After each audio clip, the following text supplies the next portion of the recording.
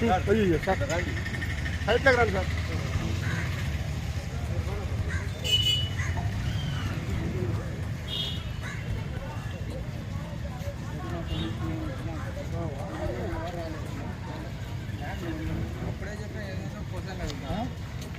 రండి sir. Media మిత్రులకు అందరికీ నమస్కారాలు.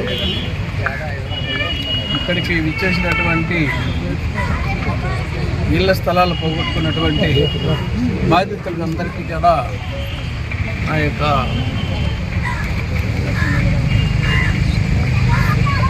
సంతృప్తి తెలియజేస్తున్నాను. ముఖ్యంగా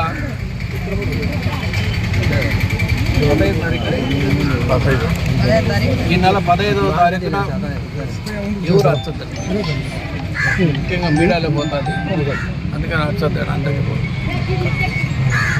ముఖ్యంగా ఈ నెల 15వ తారీఖున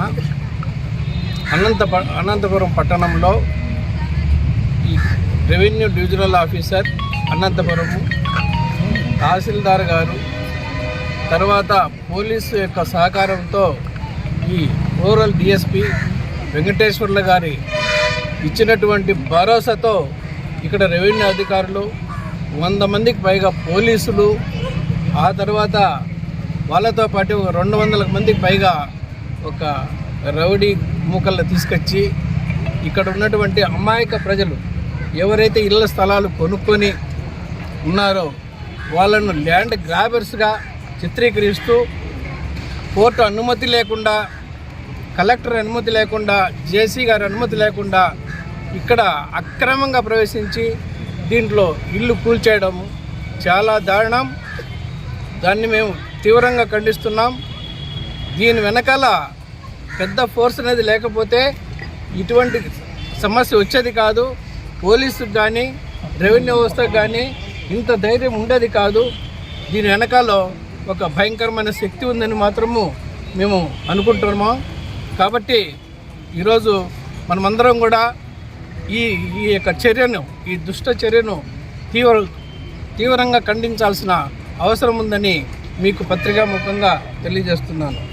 ఇక వాస్తవాలకు వస్తే నేను ఒక జిల్లా విశ్రాంతి న్యాయమూర్తిగా నేను చెప్తున్నా, ఆ రోజు డెమాలిష్ చేస్తున్నటువంటి సమయంలో నేను స్వయంగా వచ్చి హైకోర్టు ఆర్డరు, సుప్రీంకోర్టు ఆర్డర్లు తీసుకుని వచ్చి వాళ్ళకు ఎవరైతే ఇక్కడ డెమాలిష్ చేయడానికి సిద్ధంగా ఉన్నారో, డెమాలిష్ చేస్తున్నారో వారికి సంప్రదించి మన తహసీల్దార్ గారితో స్వయంగా కూర్చొని మాట్లాడి సుప్రీంకోర్టు ఆర్డరు చూపించి, అయ్యా సుప్రీంకోర్టు వరకు ఈ మ్యాటర్ పోయింది, సుప్రీంకోర్టులో చాలామంది బాధితులు సుప్రీంకోర్టులో ఆశ్రయించినారు, సుప్రీంకోర్టు వారు మీరు సివిల్ కోర్టుకు వెళ్ళి మీ యొక్క రైట్స్ను తెలియజేసుకోండి అని తెలియజేయడం జరిగింది.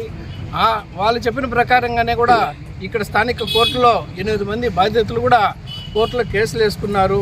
అవి జరుగుతూ ఉన్నాయి. అది ఒక పక్కన ఉంటే తర్వాత హైకోర్టులో ఒక ఆర్డర్ వచ్చింది. హైకోర్టు వారు కూడా ఏం చెప్పినారంటే ఈ LGOP నెంబర్ అంటే ల్యాండ్ గ్రాబింగ్ కోర్టు ఇచ్చిన ఆర్డర్ ఏదైతే ఉందో అది 1990లో వచ్చింది. ఆ ఆర్డర్ను అమలు చేయాలని వాళ్ళకు ఉత్తర్వులు ఇచ్చారు. అయితే ప్రత్యేకంగా ఆ ఆర్డర్లోనే హైకోర్టు వారు క్లియర్గా తెలియజేయడం జరిగింది.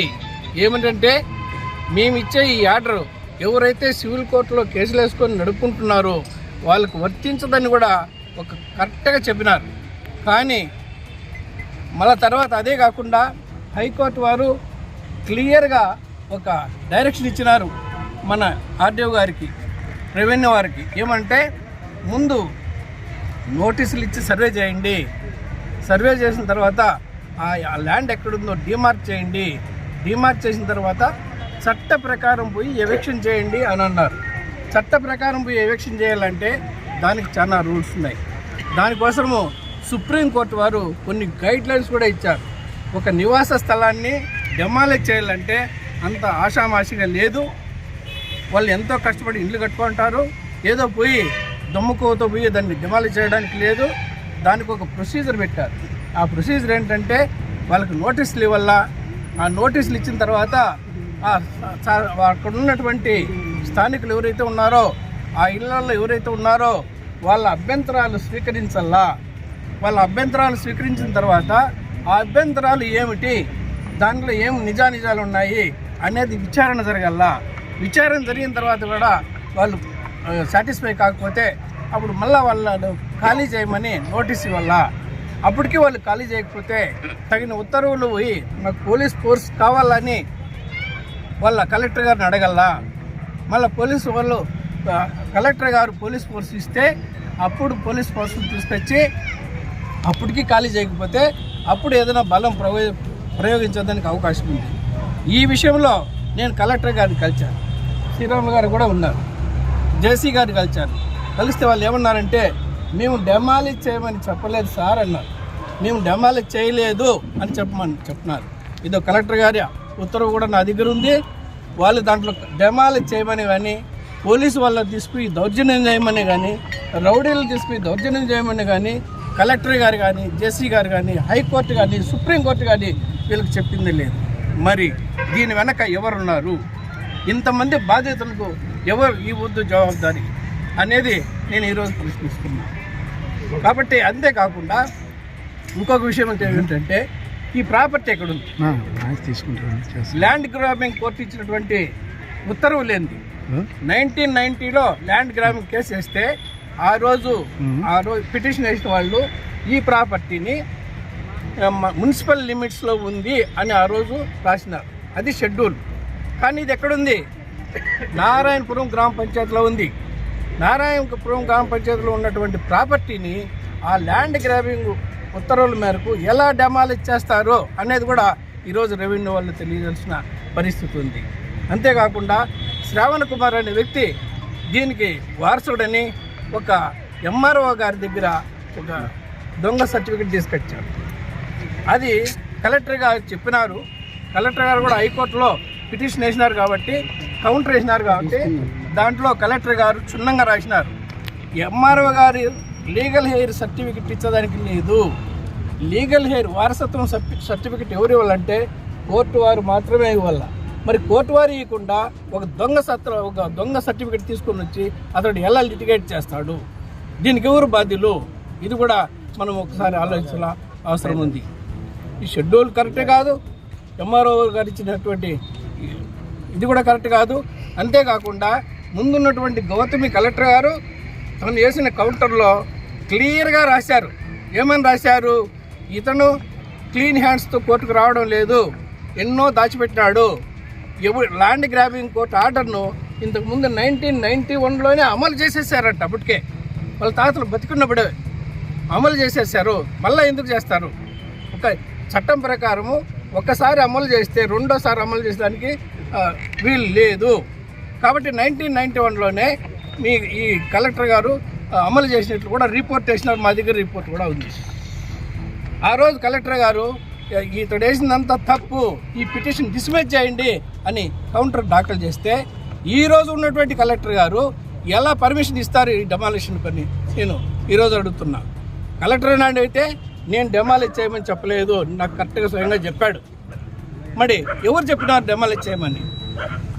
ఒక గృహం డెమాలిష్ చేయాలంటే దానికి చాలా చట్టం ఉంది. మీకు ఇంతవరకే వివరించినాను. అటువంటివి ఏమీ లేకుండా ఆర్బిటరీగా దౌర్జన్యంగా పాపం అమాయకులైన ప్రజలు కొనుక్కున్నారు. వీళ్ళని ల్యాండ్ గ్రాబర్స్ అంటారా? కాదు. చట్టం ప్రకారం కూడా వీళ్ళు ఎవరి దగ్గర కొనుక్కున్నారు కాబట్టి వీళ్ళను ఇన్నోసెంట్ పర్చేజర్స్ అంటారు. ఇన్నోసెంట్ పర్చేజర్స్ ఎప్పుడు కానీ ల్యాండ్ గ్రాబర్స్ కింద రారు. అంతేకాకుండా ఇంకొక విషయము, ల్యాండ్ గ్రాబింగ్ కోర్టు ఎవరిని ఖాళీ చేయించమనింది? ల్యాండ్ గ్రాబింగ్ కోర్టులో వేసినటువంటి 28 మంది పైన వాళ్ళు ఆ రోజు కేసు వేస్తే 7 మంది మాత్రమే ల్యాండ్ గ్రాబర్స్గా వాళ్ళు ఆ రోజు నిర్ణయించి వాళ్ళను వెకేట్ చేయమనింది. అదే కోర్టు ఆర్డర్ను ఇప్పుడు కూడా హైకోర్టు అమలు చేయమనింది. కానీ ఆ 7 మందిలో ఇక్కడ ఉన్నటువంటి ఎవ్వరు కానీ వాళ్ళు పార్టీలు కాదు. మరి వీళ్ళని ఎట్లా ఖాళీ చేపిస్తారు? చట్ట ప్రకారమే తీసుకుందాం. కానీ ఇంత అన్యాయం జరిగిందని మీకు అందరికీ వివరిస్తున్నా. ఏం యాక్షన్ తీసుకుంటారు? ఇదివరకే కలెక్టర్ గారికి, ఆర్డీఓ గారికి, తహసీల్దార్ గారికి, డిఎస్పీ గారికి కంటెంప్ట్ నోటీస్ ఆల్రెడీగా జారీ చేయడం జరిగింది. వాళ్ళు కంటెంప్ట్ నోటీస్కు స్వభావం వల్ల వాళ్ళు ఇచ్చేదాన్ని బట్టి వాళ్ళ మీద కంటెంప్ట్ యాక్షన్కు మేము కోర్టులో వెళ్ళిపోతున్నాం.